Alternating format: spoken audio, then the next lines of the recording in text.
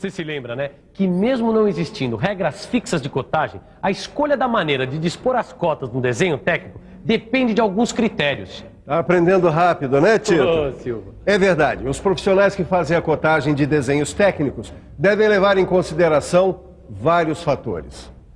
São fatores como a forma da peça, a forma e a localização dos seus elementos, a tecnologia de sua fabricação, isso sem falar na função que essa peça irá desempenhar e a precisão requerida na sua execução e no produto final. Agora tem uma coisa que não dá para esquecer. A cotagem do desenho técnico deve dispensar cálculos para descobrir as medidas fundamentais para a execução da peça. É por isso que nessa teleaula você vai estudar os principais sistemas de cotagem, quer dizer, os modos organizados de estruturar a cotagem completa da peça. Agora vamos logo, que eu não vejo a hora de estudar tudo isso.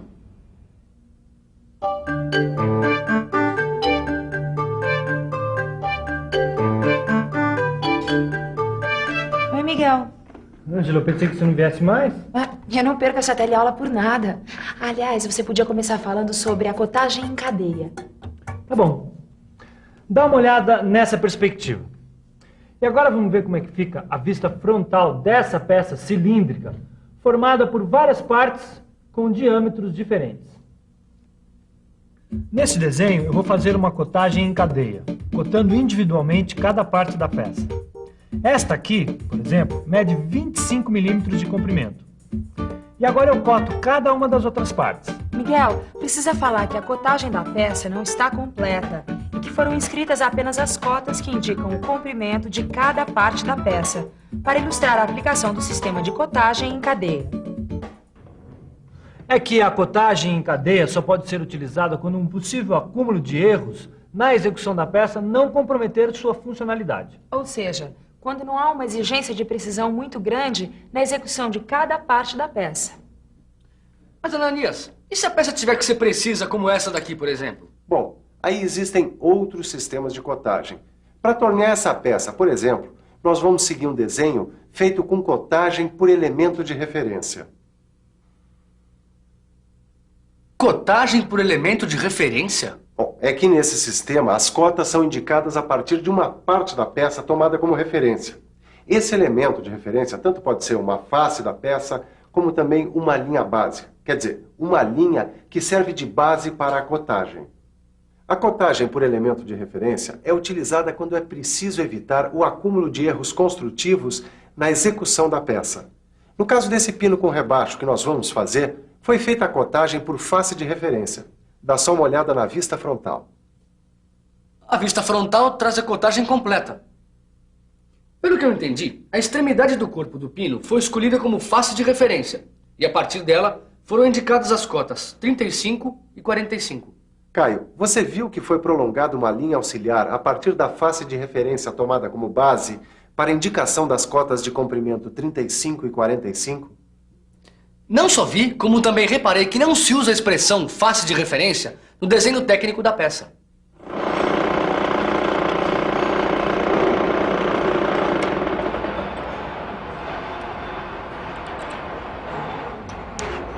Pronto. Agora você pode analisar a cotagem da placa com furos com as cotas dispostas por face de referência. Mas para você aprender, preste bastante atenção a essa peça. Bom, mas Silva, ó, pelo que eu tô vendo aqui, ó, a localização dos furos foi determinada a partir de duas faces de referência. Isso mesmo. A partir dessas duas faces de referência é que foram cotadas todas as medidas da peça, tá vendo? Eu estou sim, ó. Aqui está o comprimento, aqui está a altura e aqui a espessura. Ó, o diâmetro dos furos é 6 milímetros. Bom, deste lado estão as cotas indicadas a partir da face de referência superior. Ó, e aqui as cotas indicadas a partir da face de referência esquerda. Ótimo, garoto. Mas reparem em algumas informações que completam a interpretação da cotagem. Veja a localização do furo da esquerda, fica determinada pelas cotas 10 e 20. A localização do furo central fica determinada pelas cotas 25 e 10. E a localização do furo da direita fica determinada pelas cotas 40 e 20. O tamanho do recorte é dado pelas cotas 50 e 15. E tem um detalhe, A cota 5, além de indicar a espessura da peça, indica também a largura do recorte e a profundidade dos furos passantes.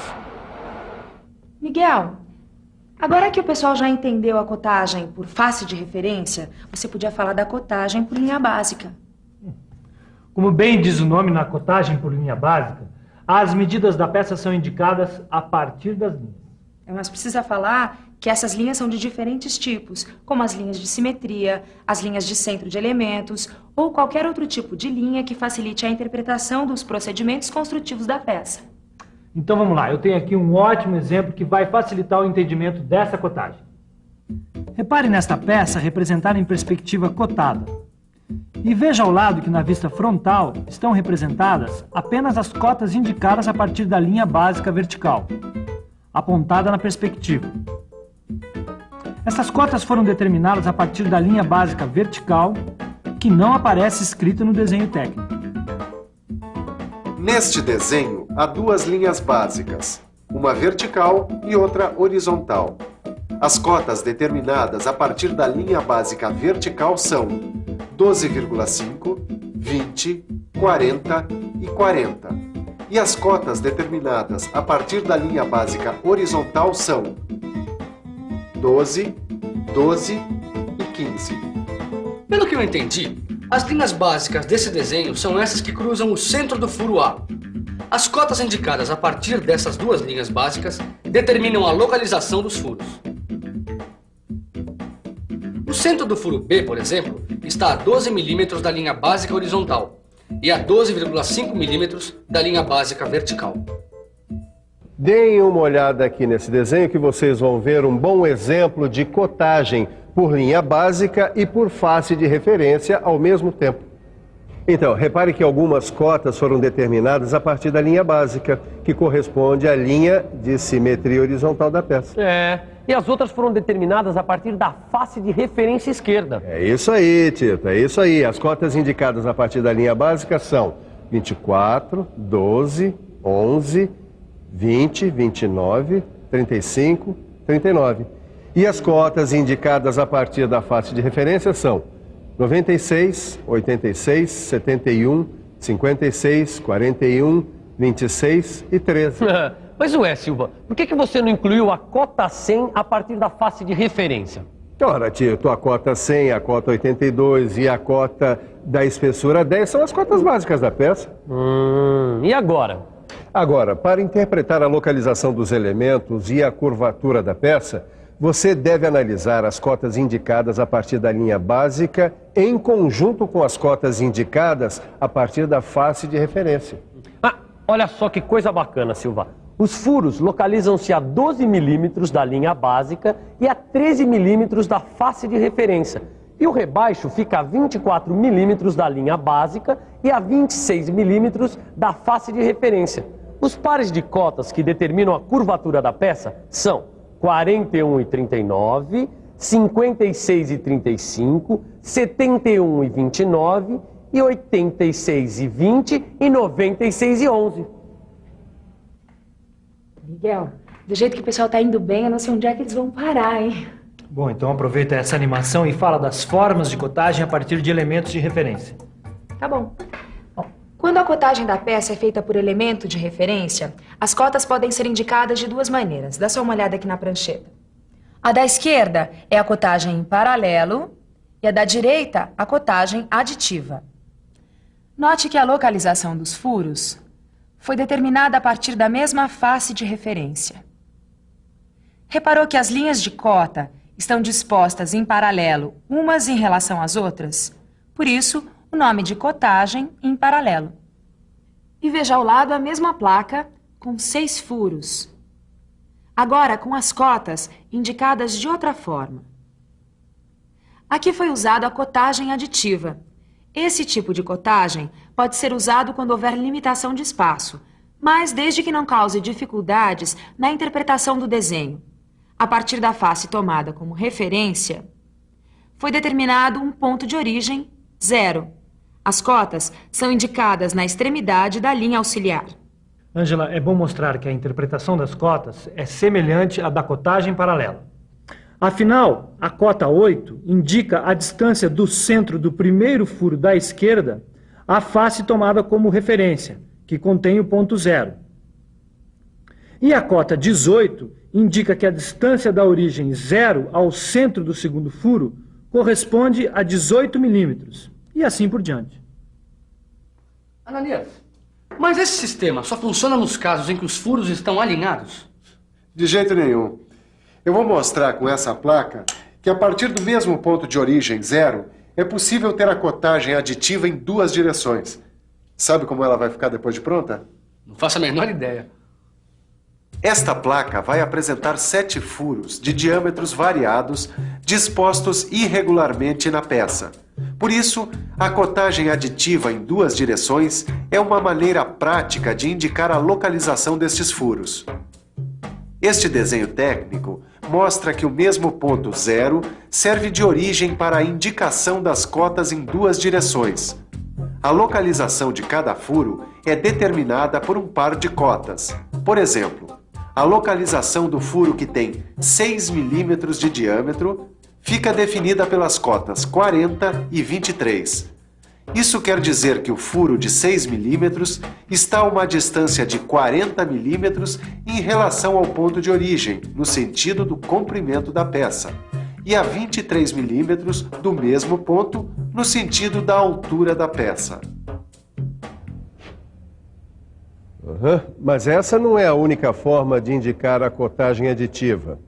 Existe uma outra forma que consiste na cotagem por coordenadas. Mas Silva, qual que é a diferença? É que na cotagem por coordenadas, ao invés das cotas virem indicadas no desenho, elas são indicadas numa tabela próxima ao desenho. Os elementos da peça são identificados por números. A interpretação das cotas relacionadas a esses números na tabela permite deduzir a localização, o tamanho e a forma dos elementos. E como é feita a interpretação, Silva? Imagina-se a peça associada a dois eixos perpendiculares entre si. Um eixo recebe o nome de X e o outro de Y. O ponto onde esses dois eixos se cruzam é o ponto 0, ou ponto de origem, que não aparece no desenho técnico. Eu acho que eu já entendi. A localização de cada elemento fica determinada por um par de cotas, indicadas na tabela. Uma das cotas indica a distância do elemento ao ponto de origem na direção do eixo X. A outra cota indica a distância do elemento ao ponto de origem na direção do eixo Y. E por último, vem o diâmetro do furo. Bom, Ângela, acho que o pessoal já está entendendo direitinho os sistemas de cotagem, não? Direitinho. Agora eu acho que você podia dizer como funciona a cotagem combinada. O que a Ângela está querendo que eu diga é que, dependendo das características da peça e do processo construtivo escolhido para executá-la, pode ser necessário o uso de mais de um sistema de cotagem ao mesmo tempo. Olha só. Na vista única que representa esta peça, foram utilizados dois sistemas de cotagem que você já conhece. O Miguel está querendo mostrar que foram usadas a cotagem por elemento de referência e a cotagem em cadeia. Isto porque esta peça é simétrica horizontal e verticalmente. Para determinar estas cotas, foi escolhida a linha de simetria horizontal como elemento de referência. E uma vez que a peça é simétrica em duas direções, basta cotar a quarta parte da peça. Bom, você sabe que cotas repetitivas podem ser representadas de forma simplificada. Por isso, em vez de escrever 8 vezes a cota 10 em cadeia, estas cotas foram indicadas desta maneira mais prática, onde 10 é o valor da cota, 8 é o número de vezes em que a cota é repetida e 80 é o comprimento total da peça. E aproveitando que para fazer a cotagem combinada você precisa dos outros sistemas de cotagem, que tal revisar essa teleaula? E atenção, se liga aí que é hora da revisão. Na teleaula de hoje, você aprendeu como funcionam os principais sistemas de cotagem. Acompanhou a cotagem em cadeia. Viu como é feita a cotagem por elemento de referência? E ficou sabendo que é possível utilizar a cotagem combinada. Bom, depois dessa revisão, o melhor sistema de aprendizado é a prática.